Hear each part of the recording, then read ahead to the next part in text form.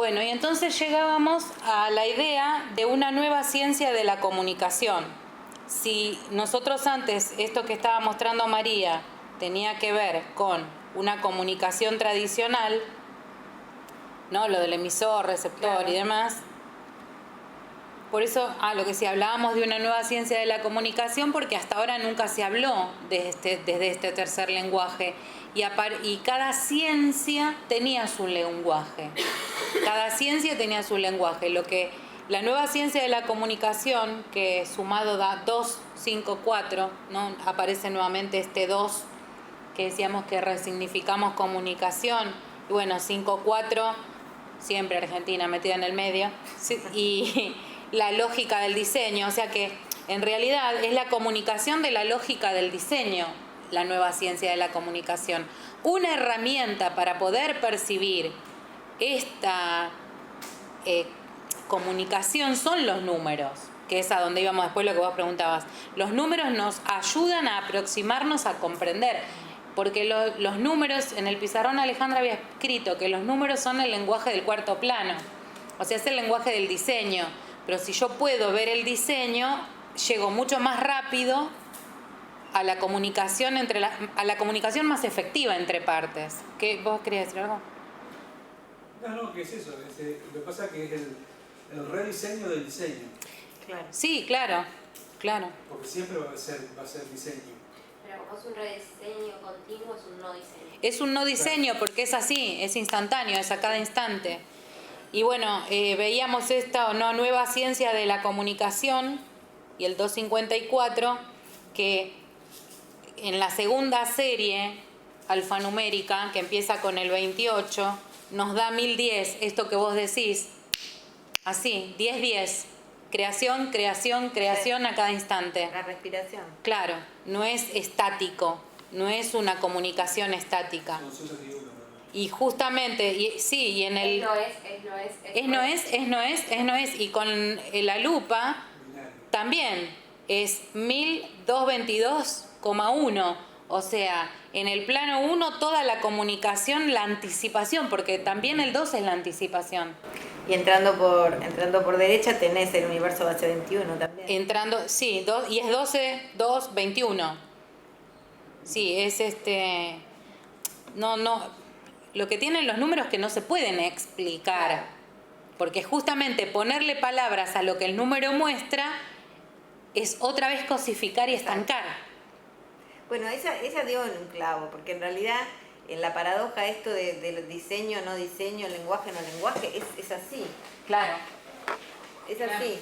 Es tan así que justamente hace difícil el lenguaje con palabras. Claro.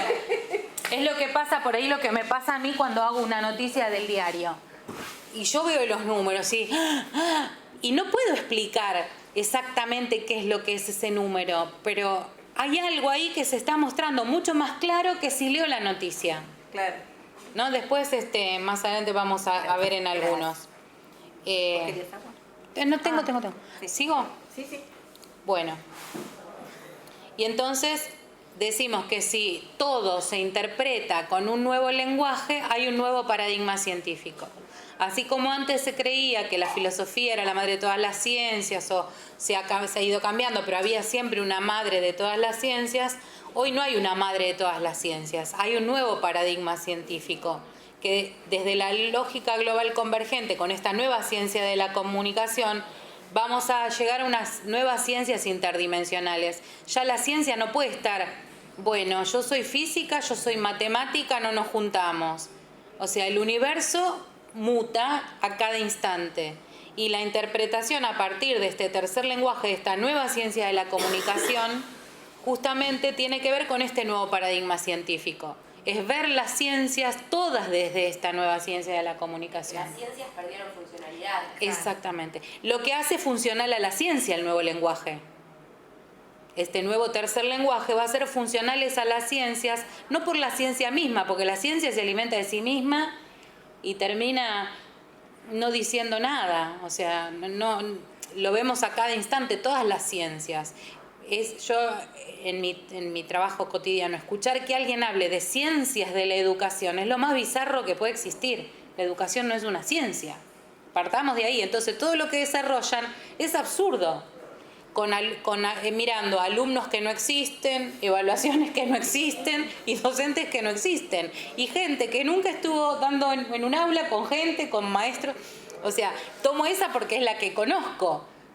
Pero en general todas las ciencias trabajan con, no sé, la medicina trabaja con un hombre ideal que no existe, que tiene determinadas características que no existen.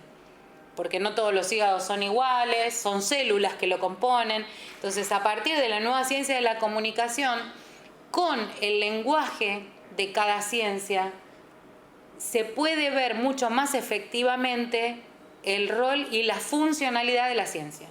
¿Lo dije bien? Sí. Muy bien. ¿Algo más, María? Yo sí, voy a seguir insistiendo con la Tierra. Dale, voy a insistir con la Tierra. Yo soy más aérea, ¿viste? No, con la Tierra en el sentido a nivel de lo que es el nuevo paradigma científico. La Tierra siempre estuvo presente. O sea, cuando la gente busca o ha buscado a lo largo del tiempo el origen, buscaba en referencia externa el pasado, ¿no? El cambio es que justamente este sincero, este no ser, este abstracto se instala justamente en esto, en el presente, y ahí, digamos, se redefine el sentido de estar vivo y hay como una conciencia que era la conciencia impersonal que estaba tapada, velada y demás, y entonces eso redimensiona las ciencias. Pero en el pasado, y de todas maneras, y creo que por filtraciones, la Tierra siempre estuvo presente, porque una de las primeras divisiones fue, bueno, primero la Tierra chata, después la Tierra redonda, o sea, había cambios de paradigma importantes en la historia, y después la Tierra, como para sacarle, digamos, todo ese aspecto que podía llegar a humanizarla, se desacraliza la famosa secularización, que por un lado es la religión, por otro lado las ciencias, y ahí empieza toda la fragmentación de las ciencias. Baja todas las ramas de la ciencia a partir de una fragmentación. Pasa el tiempo y parece que a la Tierra habría que darle una cierta conciencia, y ahí se empieza a hablar de Gaia, del ser vivo. Se desarrolla una nueva ciencia con unos nuevos científicos que empiezan toda una línea que no son muy aceptados por los otros. Hasta este presente en el que podemos hablar de una Tierra consciente, pero una Tierra consciente desde el presente y con una conciencia abstracta, que es a diferencia de todo este recorrido. En el presente se reconfigura también lo anterior, pero en definitiva lo importante que ha sido la Tierra en los paradigmas científicos. O sea, el espacio-tiempo en general. El hombre ha mirado de todas las civilizaciones que ha mirado para poder redefinir. Entonces, bueno, lo que me parece interesante es que justamente la lógica provee este tercer lenguaje para que una nueva forma de comunicar pueda dar lugar a reacomodarse. De la fragmentación de todas las ciencias va a haber como una convergencia. Creo que va a haber algo que va a haber una convergencia científica para poder establecer coherencia en toda esa gran red que se abrió, digamos, ¿no? Sí, hay en nuevas ciencias internacionales, interdimensionales, le podríamos agregar convergentes. Claro. ¿Viste? Surgió ahora. Eso. En realidad las cosas van surgiendo. Bueno, Claro. después corregimos la plaquita y ponemos convergentes. ¿A qué clase de dimensión se refiere cuando dicen interdimensional? A las frecuencias, yo creo. Estamos hablando de las diferentes frecuencias, la combinación de frecuencias. Sí. No, alto, ¿Vos qué ancho, estabas bajo, pensando? no. Te estoy haciendo una pregunta para que lo... Desarrolle, alumno. Para que desarrollen ustedes Desde el ideas. ángulo del periodismo lógico. Uno Bueno, tiene es que- sus miradas, sus Sí, lo que pasa es que esto me parece que no es desde el ángulo del periodismo lógico. No. Bueno, ¿cómo esta Es que no sé explicarlo todavía. Sé que hay una nueva manera de ver las ciencias, pero todavía no están, entonces yo no puedo explicar lo que no está.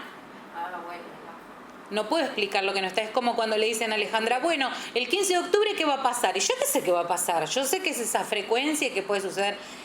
Sabemos que va a haber unas nuevas ciencias y que esta nueva ciencia de la comunicación va a tener influencia y va a ser parte fundante de esto, como un espacio fundacional. Pero hacia dónde van y cómo van a ser, no sé, porque tampoco soy científica.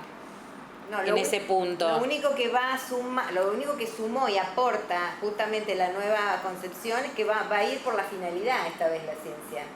Pero por una finalidad impersonal, no va a ser la finalidad de decir, bueno, vamos a hacer algo para lograr curar esta enfermedad. O sea, eso sería la conciencia personal y, digamos, incluiría eso, pero va a haber la Candelaria tiene que ver con sumar ese aspecto femenino de la ciencia que está afuera y dejar de rebotar también con el campo cuántico, o sea, asumir ese vacío de la ciencia. La ciencia va a tener que asumir un vacío que realmente está vacío, no un vacío con potencial de energía, no. El vacío. Entonces ese vacío más que tiene que ver con la finalidad, creo que va a redimensionar. Ahora, ¿qué va a significar? ¿Cómo va a ser esa convergencia? Ni idea. Estamos en el primer día. ¿Vos querés que yo ya te explique? No estoy haciendo una pregunta sobre futurología, sino la pregunta Ella quiere era interdimensionalidad, obviamente. ¿A qué dimensiones? Son los planos, ¿no? Claro, sí. Pero, en la que todos los planos son funcionales, porque en este momento la ciencia percibe solo desde plano 3. Claro. Desde lo que la inteligencia de la... En el momento era, si uno despliega el tiempo, ¿no? Lo ve el desplegado y no lo ve plegado, Sí. esa interdimensionalidad empieza a funcionar junta al mismo tiempo con conciencia.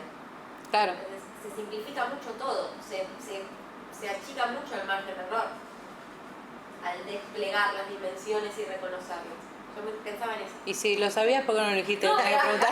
pensé después de haberlo preguntado. Está muy bien. Es que, ¿viste? ¿Por qué? Porque pregunta y respuesta son instantáneas. No hay tiempo para... Eso hubiera llevado en otro momento 20 años de desarrollo científico llegar a esa respuesta. Ahora pero es así, aparece la pregunta. Hoy estábamos hablando con María a la mañana de, no sé, de si vienen, si no vienen y qué hacemos con el YouTube y con esto y con lo otro. Y ahí en el momento nos dimos cuenta que en realidad esto tiene sentido, este encuentro, para ser subido a la red.